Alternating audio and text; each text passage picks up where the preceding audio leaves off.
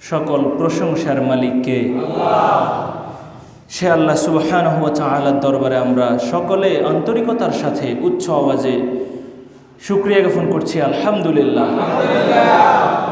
তার এই পাশাপাশি রাসূল করিম সাল্লাল্লাহু আলাইহি ওয়াসাল্লামের দরবারে আমরা দুরূদ প্রেরণ করেছি, আবারও করছি সাল্লাল্লাহু আলাইহি ওয়াসাল্লাম।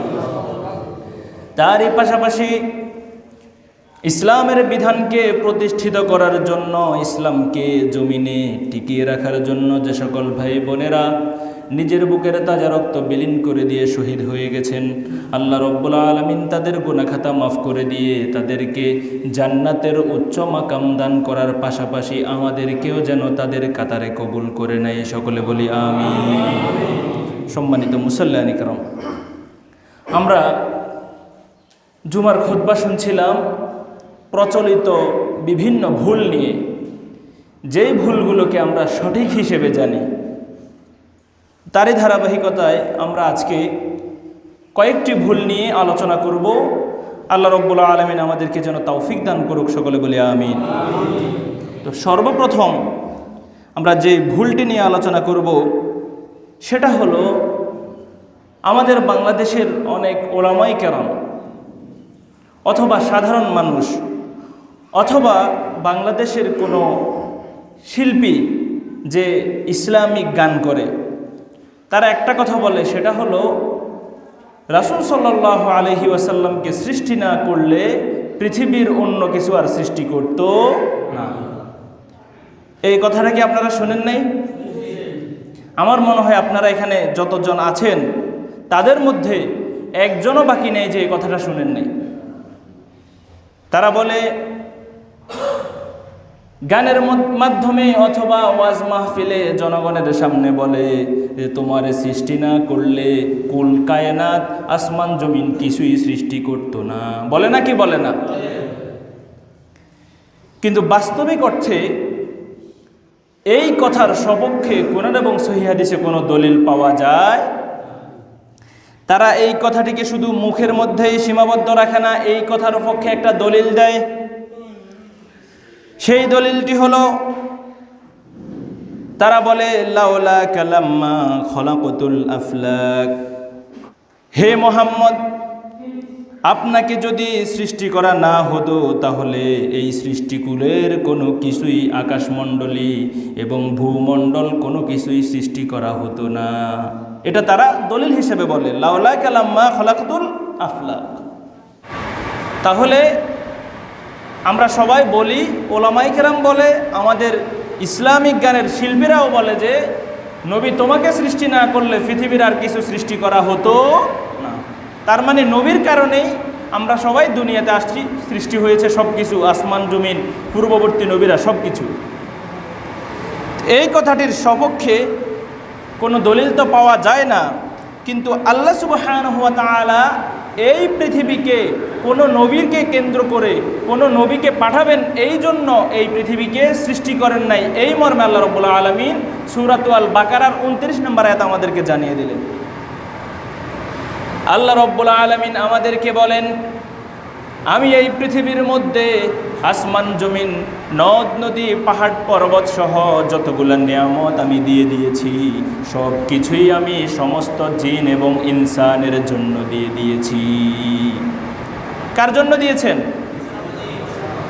সমস্ত জিনদের জন্য এবং সমস্ত মানুষের জন্য। আর মানুষের মধ্যে রাসূল সাল্লাল্লাহু আলাইহি ওয়াসাল্লাম আছে না নেই?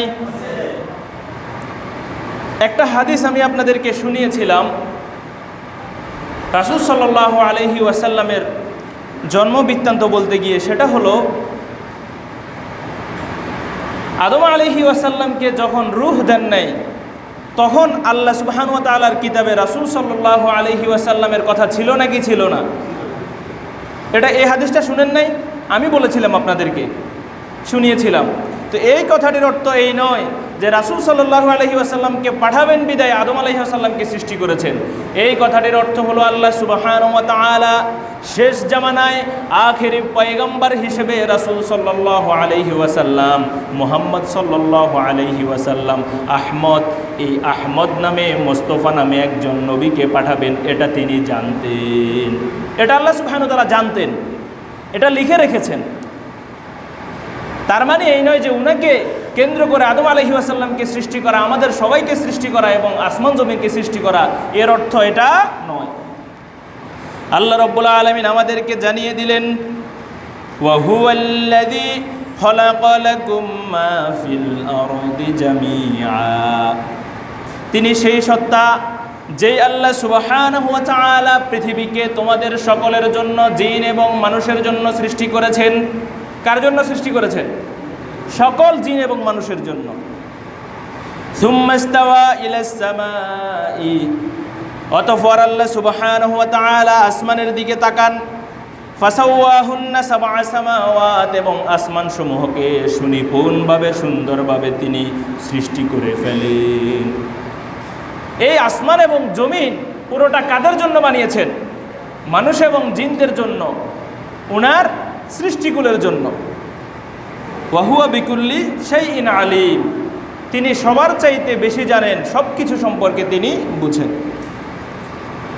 তাহলে এই কথাটি আমাদের থেকে দূরীভূত করতে হবে, সেটা হলো রাসূল সাল্লাল্লাহু আলাইহি ওয়াসাল্লামকে সৃষ্টি না করলে পৃথিবীর একটি ধূলিকণাও সৃষ্টি করা হতো না, আসমান জমিন পাহাড় পর্বত কিছুই সৃষ্টি করা হতো না। এই কথাটি ভুল, এটা আমাদেরকে আজকে থেকে জেনে নিতে হবে। আপনারা সবাই এই ভুলটিকে সঠিক হিসেবে জানতেন না, যে রাসূল সাল্লাল্লাহু আলাইহি ওয়াসাল্লামের সৃষ্টি না করলে পৃথিবী সৃষ্টি করা হতো না। গুটি কয়েকজন হয়তো বা এটাকে ভুল হিসেবে জানেন যারা ইসলাম নিয়ে পড়াশোনা করেন, কিন্তু সকলের মনেই আছে যে রাসূলের সৃষ্টি না করলে, হযরত মুহাম্মদ সাল্লাল্লাহু আলাইহি ওয়াসাল্লামের সৃষ্টি না করলে এই পৃথিবীর কোনো কিছুই সৃষ্টি করা হতো না। এটা ডাহা মিথ্যা কথা, এটা একটি জাল হাদিস। এটি যে জাল হাদিস, এটা শুধু এক পক্ষের আলেমরা বলে নেই। হানাফি বলেন, শাফি বলেন, মালিকি বলেন, হাম্বলি বলেন, আহলে হাদিস বলেন, যে ধরনের আলেম বলেন, সবাই এই হাদিসটিকে জাল হাদিস বলেছেন। কি হাদিস? এই হাদিসের কোনো সনদ নেই। আব্দুল্লাহ জাহাঙ্গীর স্যার ওনার কিতাবের মধ্যে এটিকে জাল বলেছেন। নাসিরউদ্দিন আলবানী রহিমাহুল্লাহ এই হাদিসটিকে জাল বলেছেন। এরপরে আল্লামা বাগাবী রহিমাহুল্লাহ এবং মোল্লা আলী কারি রহিমাহুল্লাহ, আব্দুল হাই লখনবী রহিমাহুল্লাহ, হানাফি মাযহাবের বড় বড় ওলামায়ে কেরামগণ বলেছেন এই হাদিসের কোনো সনদ অথবা কোনো মতন কোনো হাদিস গ্রন্থে পাওয়া যায় না। মতন তো পাওয়া যাবেই না, আর মতন যেটা দিয়েছে এটার কোনো সনদ নেই।